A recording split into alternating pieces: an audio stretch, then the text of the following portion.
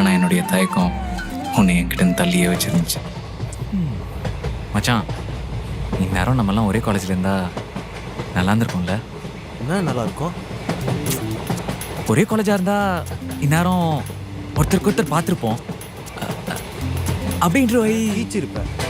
ஒன்றும் பிடிக்க மாட்டேங்குது.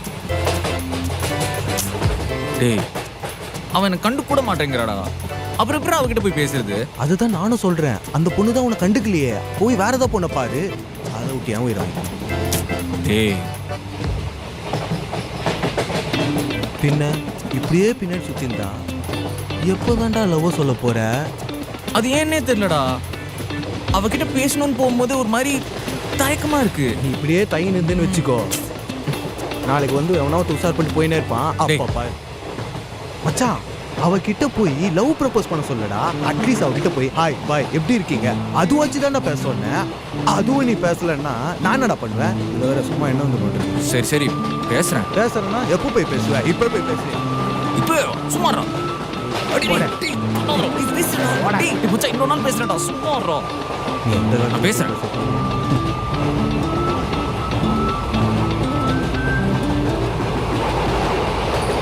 ஓய், உன்னை தாண்டி பார்க்குறான். அங்கே இரு. ஏய், ஏன் அவனை மதிக்கவே மாட்ற? பசங்களை நம்ம பின்னாடி சுத்த வைக்கிறதே ஒரு தனி சுகண்டி. அவங்க நம்ம கண்டுக்க ஆரம்பிச்சிட்டோன்னு அவங்களுக்கு தெரிஞ்சிடுச்சுன்னா அதுக்கப்புறம் மதிக்கவே மாட்டானுங்க. ஆனாலும் அந்த பையன் ரொம்ப பாவண்டி. காலேஜ் தொடங்குனது 3 வருஷமா அவன் பின்னாடியே சுற்றுறான். பின்ன பார்த்துட்டே இருந்தா போதுமா? வந்து பேசினா தானே யார் என்னன்னு தெரியும். ஒன்றுமே தெரியாமல் எப்படி லவ் பண்ண முடியும்? அடி பாவி, அப்போ உனக்கு அவன் மேலே சி அப்படிலாம் இல்லை. பார்த்தாலே தெரியுது ஒன்றும் இல்லைன்னு. தெரியுதுல, அமைதியாக இருக்கு. இன்னும் எத்தனை நாள் தானே அவனை பின்னாடியே சுத்த விட போற? அவன் தான் வந்து பேச மாட்டான்னு தெரியல. நீயா போய் பேசினாதான் என்னவா? சுத்தட்டும் விடு. அப்போ தான் என் மேலே இருக்கிற லவ் ஃபீல் அதிகமாகும். அப்படி என்ன ஃபீலிங்கோ? முகரக்கட்டை ஸ்டேஷன் வந்துச்சு, இறங்கு.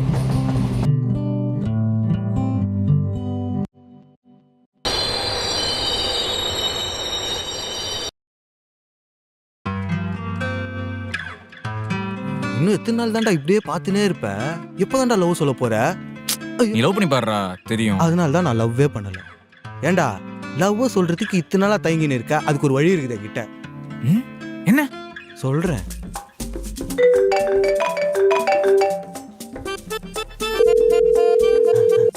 பிக் பண்ணிட்டாளா? என்னாச்சு? அவ போன் எடுக்கலடா. மச்சான், நான் வேணா நாளைக்கு நேர்ல போய் பேசிடுவா. டேய், நேர்ல போய் பேச துப்பு இல்லைன்னு தானே உன் ஃபோன் நம்பர் வாங்கி கொடுத்தேன். அதையும் டேய் கையறா. இந்த நேரத்துல எவன் கூப்பிடுறான்? ஃபோன் வேற உன் மூஞ்சிக்கு.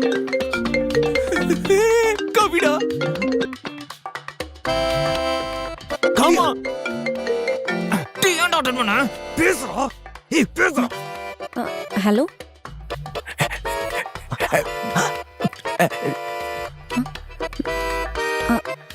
ஹலோ, யாரு? ஹலோ சொல்லு. ஹலோ சொல்லு. ஹலோ கவி. எஸ். நீங்க யாரு? நான் யாரு? Talk something. Holy shit. என்ன கட் பண்ண?